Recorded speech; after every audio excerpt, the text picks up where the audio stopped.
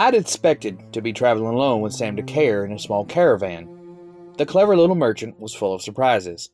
He had 6 guards with him, legitimate ones, not scarecrows. The caravan consisted of 3 large covered wagons, each supported by a pair of strong horses. He had 2 other teamsters driving the carts, and Sam himself drove the first. My job, if you could call it a job, was to bring up the rear and dodge horse manure. DeCare had outfitted me with a dust cloak, which concealed that I was missing an arm, and perhaps made me look more convincing to any would-be attackers. But everyone involved in the caravan all knew I was there as a scarecrow, and didn't hesitate to remind me. Scarecrow, watch the horses while I go take a piss. Scarecrow, run up that hill and check see we're not being tailed. Scarecrow, fetch us a pipe from the other cart.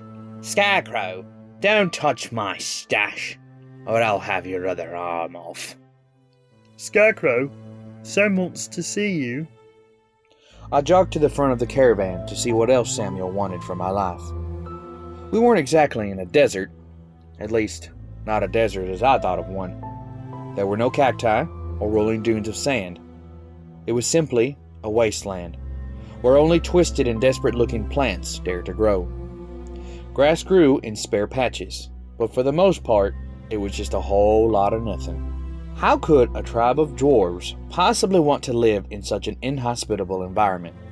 I wondered aloud as I approached to the front of the caravan. As opposed to living under a big rock, mocked Samuel DeCare. He had a point. Dwarves are resilient folk, Sam explained as I walked along the side. A dwarf? Well, a dwarf is basically a rock. Rocks enjoy being parts of mountains, sure, but drop a rock in the desert, or the forest, or the field, or the Arctic, and the rock does just fine. Samuel cracked a smile. Just don't drop a dwarf in the ocean.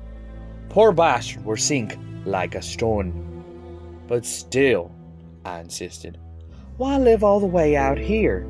It's just a barren wasteland. Dwarves are smiths, artisans. They go where the best material is. They say, to hell with the basic necessities of life. Give me a shiny stone or something. So, I pondered, the dwarves found something out here in the barrens that isn't available anywhere else. And they're mining it and selling it? Trading? Yes, replied Sam. Curious dark blue metal they call aquastain. No ideas where they get it, and to be honest, it seems perfectly useless. But stick it in a bracelet, a necklace, or a set of earrings, and the ladies are falling all over each other to buy it. Samuel DeCare glanced sidelong at me. The dwarves deliver the metal raw. I designed the jewelry myself. If the dwarves ever got wise and took a trip to the city, they'd make a fortune. But they seem content to stay where they are, and I'm not complaining. You've got a monopoly, I pondered thoughtfully. You're not so bad at this, Scarecrow, chuckled the chubby trader. Maybe you were worth a full flagon of piss water after all. I called you up because we'll have to stop for a spell. Dust storms are passing through shortly. I judged we were about halfway to the destination, and it seemed Samuel was right. The wind was becoming rather rough, and the horses were getting restless. We'll make for the highest ground and hold there. You do what you can to keep the horses calm. The man chortled at me. I think they can sense how harmless you are, and it comforts them. Right, I replied, cheerlessly. I think I might have refused a drink, had I the foresight to know I'd be the butt of every joke along the journey. But here I was, with the caravan in the middle of nowhere, and a storm was approaching. The horses did seem glad for my company as we huddled on the top of the hill. The wind picked up and howled powerfully, and the air was full of dirt and dust.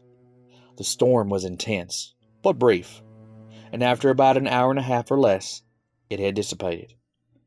I approached Samuel, who sat upon his wagon, wearing an uncharacteristic frown. "Anything damaged?" I inquired.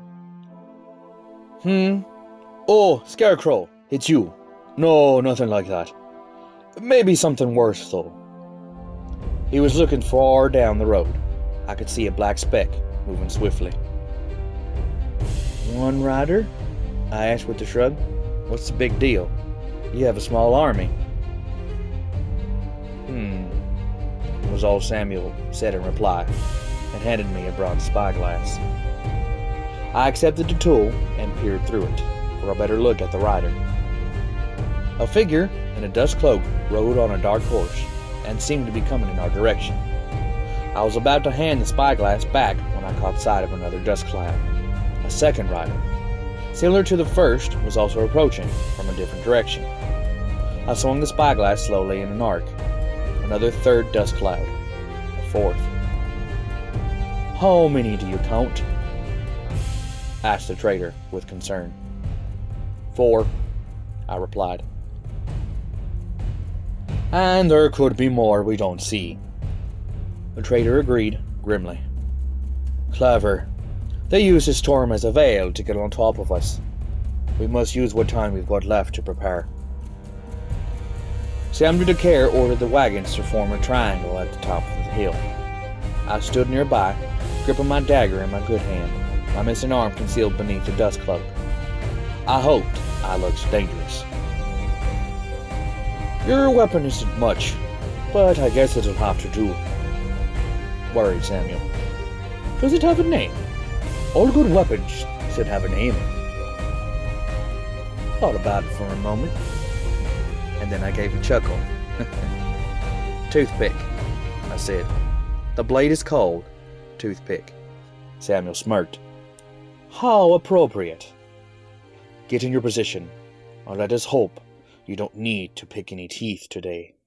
Samuel DeCare positioned his guards in a circle around the wagons. Since I was the most useless, I was stationed furthest from the approaching strangers, told to keep my dagger out and my mouth shut. Perhaps sensing that they had lost the element of surprise, the 4 riders came along side by side and began to approach the caravan. Samuel DeCare stood defiantly in front of the caravan and leaned on a knobby shillelagh, which seemed equal parts weapon and walking stick. The other 2 drivers stood back slightly, each having a blade sheathed, but within reach. The caravan guards were on edge, blade in hand, waiting for the slightest indication of violence. From where I was standing, I couldn't see the riders, but I could still hear them. "Hail, travelers!" spoke the merchant in what seemed an engaging tone. "I see you've been riding hard behind the storm. You'd best press on if you want to reach the city before nightfall." I could hear the riders horsing pacing at the front of the caravan. What I heard next was a lyrical voice, and a fear rose up in my stomach like a knot of bile. "Hail, merchant," greeted the musical tone. "Please tell your men to stand at ease. We've no interest in harming your caravan." "Is that a fact?" returned the squat merchant with an air of sarcasm. "Well, I don't pay my men to stand at ease, so I think you'll just need to stay uneasy, if it's all the same to you." "We're not bandits," argued the musical voice, gently. "We're merely seeking for someone, a friend." "I haven't seen anyone who looks like that," replied the merchant in a steady tone. "I didn't even tell you what he looks like yet," came the lyrical voice, now with a hint of irritation. "You told me he looks like a friend of yours," Samuel reminded the man. "You've approached my caravan in an attack formation. Nobody here is a friend of yours." I heard the horses shuffle. Perhaps even the horses were nervous at the situation. Everything was very tense. "Listen," said Samuel DeCare. "I'm a merchant by trade, so why don't you tell me what you really want?" After a brief pause, The musical voice responded. It maintained the musical quality, but all hint of friendliness was gone. Very well. There is a man with a scar upon his cheek. He is missing his left arm. He is an outlaw, and we believe he is headed this way. There is a bounty on his head, and we are going to collect it. Ah, responded Samuel DeCare, suddenly taking on a much more relaxed demeanor. Why didn't you just come out and say so? My fingers gripped into toothpick until my knuckles were ready to burst out of the skin. I thought about running, but where would I run to? I wouldn't make it 10 feet. Do tell, responded the musical voice, regaining some of its friendliness. I met him in a bar in the city. The poor sod didn't even have a penny to his name. And get this, he asked if I wanted him to be a guard in my caravan. What could I do against 4 riders? Particularly without help from Sam or his men. He was selling me just like anything else. Of course he was. Why not? He was a merchant, half a man for half a flagon of ale. I looked down in my hand, where it had gripped tightly on the hilt of my dagger. I couldn't fight them off, no, but I could turn the blade on myself, die on my own terms. My hand began to move, to twist the blade inwards, but then I felt another hand rest upon it. I looked up. The guard next to me, I think his name was Paul, had placed his hand over mine and was pushing my hand gently back down. He shook his head very gently and tapped his finger to his ear. I listened. Can you believe it? Samuel was saying. One-armed beggar thought he could buy a caravan guard. Isn't that the most ridiculous thing you've ever heard? The barkeep and I pissed our pants laughing. But you know, I took pity on the poor fool and gave him half my ale. The horses were moving. Thank you for your information, spoke the musical voice. It was growing closer to where I was standing. And if you do come across him, the one-armed man, I'd strongly advise you kill him. Don't be deceived by his appearance. He's as dangerous as they come. I stood, still as a stone, gripping my blade as the riders galloped past, in the direction we had traveled from. I thanked every god that came to mind for a cloak that was hiding my arm and my face. As the last rider passed, he glanced in my direction. Samuel DeCare ordered the caravan to maintain the defensive position until the riders were long out of sight. Do you, know who they were? Pyri, I should think. Bloody elves. I'd leave it to Samuel DeCare to pick up the one Scarecrow with a bounty on his hide. Was that it? The men in the black cloaks and masks were trying to collect some bounty? But why would I have a bounty on my head? I was nobody. They were bounty hunters then? I asked, double clouding my voice. The rotund merchant shrugged. Maybe yes, maybe no. Heck, you tell me. You're the wanted one. The little man rubbed his chin thoughtfully. For Pyri to be bounty hunters is not unusual. Their philosophy revolves around balance.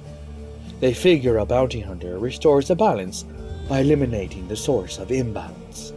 Oddly enough, a lot of them seem to think that means solving problems with violence. Go figure. We did not have to travel much further. The caravan halted at an old bent tree, a lonely sentinel in the dusty highway. I think it's best we part ways here, spoke Sam grimly. Truly, half a flagon of ale for half a man for half a journey seems a little fairer than our original deal. Here I thought you were the cheapest of labor, but now I fear the price to hire you may be higher than I can bear. You could have just let them have me, I agreed. And I thought you were really going to. Why did you tell them so much? The most convincing line is the closest to the truth. I could have let them have you. Could have. Yes. mused the man. Should have, probably. But, if I earned a reputation for selling out my workers, what man with one arm, or two, would ever agree to guard my caravans again? I could see his point, and it was one I was very thankful for. I said my goodbyes. The guards and the other drivers seemed a bit more personable, now that they'd witnessed my life being just barely spared. We'll be taking the west road from here, and coming to the city from far side, said Sam to Care. I wish you good fortune on your journey, Scarecrow, and I hope we never meet again. I'd drink to that, I agreed, if there were anything to drink. We parted with a handshake, and I continued south alone. Before long, the caravan was only a speck on the horizon, and finally vanished from sight.